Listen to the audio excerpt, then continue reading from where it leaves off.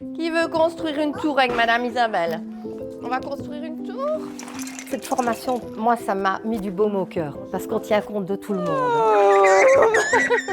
On tient compte de toutes les langues, de tous les parents, de tous les enfants. Enfin, voir des enfants qui ont un sourire, qui viennent à l'école avec plaisir, c'est mon plus grand cadeau, ma plus belle récompense, on va dire.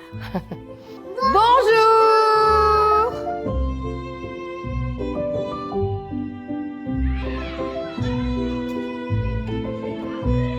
Je me suis rendu compte que dans la classe, il y avait des enfants qui ne rentraient pas dans l'apprentissage et qu'il y avait des choses qu'ils ne comprenaient pas. Pendant très longtemps, j'ai cru que ça venait un peu d'eux, en fait. Et je me suis rendu compte en faisant des formations que c'était ma façon de donner les leçons, les pédagogies que j'utilisais qui ne permettaient pas à ces enfants de rentrer dans l'apprentissage. Bonjour Bézaré. Oh, qu'est-ce que t'as trouvé? Bonjour maman. Il fait froid, hein? Une classe maternelle, c'est un microcosme. Donc c'est le reflet de la société. On a une multiculturalité, un multilinguisme qui entre dans la classe et parfois aussi des niveaux socioculturels très différents. On n'avait rien de prévu pour aider les enfants. On ne savait pas ce qu'il fallait faire. Cette formation-là, ça manquait vraiment.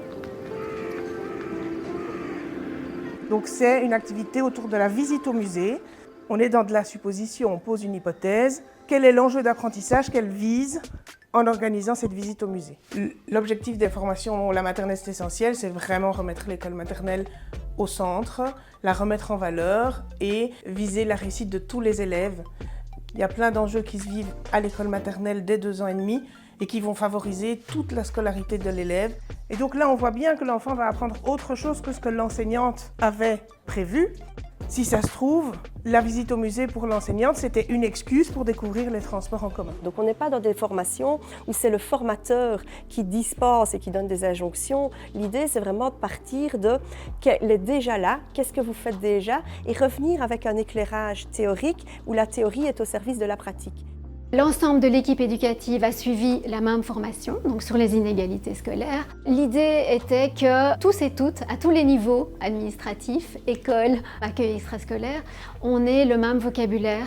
Ces formations nous demandent quand même d'avoir un certain recul et une certaine analyse en fait des situations qui se présentent à nous et pas directement aller, je dirais, vers un jugement. La formation m'a permis une plus grande réflexion sur mes pratiques. Et d'un autre côté aussi une légitimité sur ce que je pensais faire correctement ou pas. On a vraiment reçu des outils, des méthodes pour travailler justement cette transition famille-école. Bonjour ma chérie. Bonjour maman, ça va? Je vais m'occuper d'elle, ne te tracasse pas. Bonjour maman. Bien dormi? C'est bien ça. Bonjour Neil. Oh, il rit déjà lui. L'idéal, c'est vraiment de créer un lien de confiance avec les parents. Ah là, moi, tu fais coucou à maman, regarde, elle est de l'autre côté. Hop là, à tantôt maman. C'est le projet de cette classe, c'est justement de faire entrer les parents dans la classe et de créer un travail collaboratif avec eux. Dors bien, petit loup. On l'a déjà raconté en français avec Madame Isabelle. Aujourd'hui, la maman de Sophia va venir nous raconter la même histoire, mais en espagnol. D'accord? L'objectif, c'est vraiment non seulement d'avoir une reconnaissance de l'identité des parents, mais de l'enfant aussi, forcément. Sin su team, ellos no pueden dormir. Vous allez enregistrer le mot. Suite à cette formation, un des projets que j'ai mis en place, c'est le mur sonore. Donc les parents viennent enregistrer un message pour leur enfant dans leur langue maternelle. Les enfants qui en ont besoin pendant la journée peuvent appuyer et écouter le message de leurs parents. Vas-y, pousse. Avec le doigt, avec mon doigt. Neil aussi veut écouter sa maman. Coucou Neil, ça va mon chéri? I love you, darling. I love you.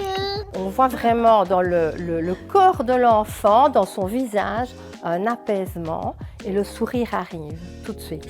Ça les rassure énormément. Maintenant, on va faire un 8 avec un 4 et un 4.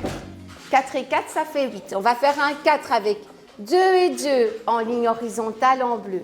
On voit un 2 à la verticale en rouge Il y a encore un 2 à la verticale en rouge. J'ai complètement changé ma façon de travailler en classe, en fait, mes pratiques pédagogiques, pour vraiment permettre à chaque enfant, même celui qui avait moins de sollicitations à la maison, pour qu'il puisse rentrer dans les apprentissages. C'est vraiment important, c'est déjà pour que les enfants soient imprégnés de la culture scolaire aussi, c'est de leur présenter un objectif clair de ce qu'on va apprendre et des consignes claires et de bien distinguer l'objectif qui est ce qu'on va apprendre et la consigne de comment on va apprendre. D'abord, je donne la définition. Comment on va faire, Charline? On écoute et on ferme les yeux. Et on essaye de faire venir une image, de comprendre ce que je suis en train de dire. Et puis seulement, on va aller chercher son image dans son tapis. Donc je leur apprends à faire des images mentales, à faire leur cinéma dans la tête. On essaye d'évoquer. Avant de travailler un sujet, par exemple, je vais toujours apprendre le vocabulaire à tous les enfants pour que tout le monde ait les mêmes bases pour comprendre après ce qu'on va faire en classe. Je trouve que les enfants ont envie d'apprendre, ils sont vraiment motivés. C'est vraiment un chouette moment dans la classe. Un éléphant. Tu as bien raison, c'est l'éléphant. En tant que formatrice, les retours qu'on a sont très très positifs. Donc ce que les enseignants partagent, c'est une conscientisation de leur importance, de l'importance de mon métier, que ce soit enseignant, que ce soit accueillant, l'importance de l'observation, de prendre le temps d'observer mes élèves. Et que par l'observation, je peux déjà repérer beaucoup de petits détails et de petites choses pour pouvoir l'aider et l'accompagner lui. Ça m'a vraiment aidée, je trouve déjà aussi, à avoir une meilleure estime de moi-même parce que j'ai l'impression d'aider plus les enfants qu'avant. Ça me passionne en fait. Ça me passionne de voir les enfants qui évoluent et qui grandissent à leur rythme. C'est pas grave parce qu'on a le droit de se tromper. On n'a pas le droit de rien faire. Voilà, tout à fait. Finalement, on n'est pas tout seul dans la difficulté.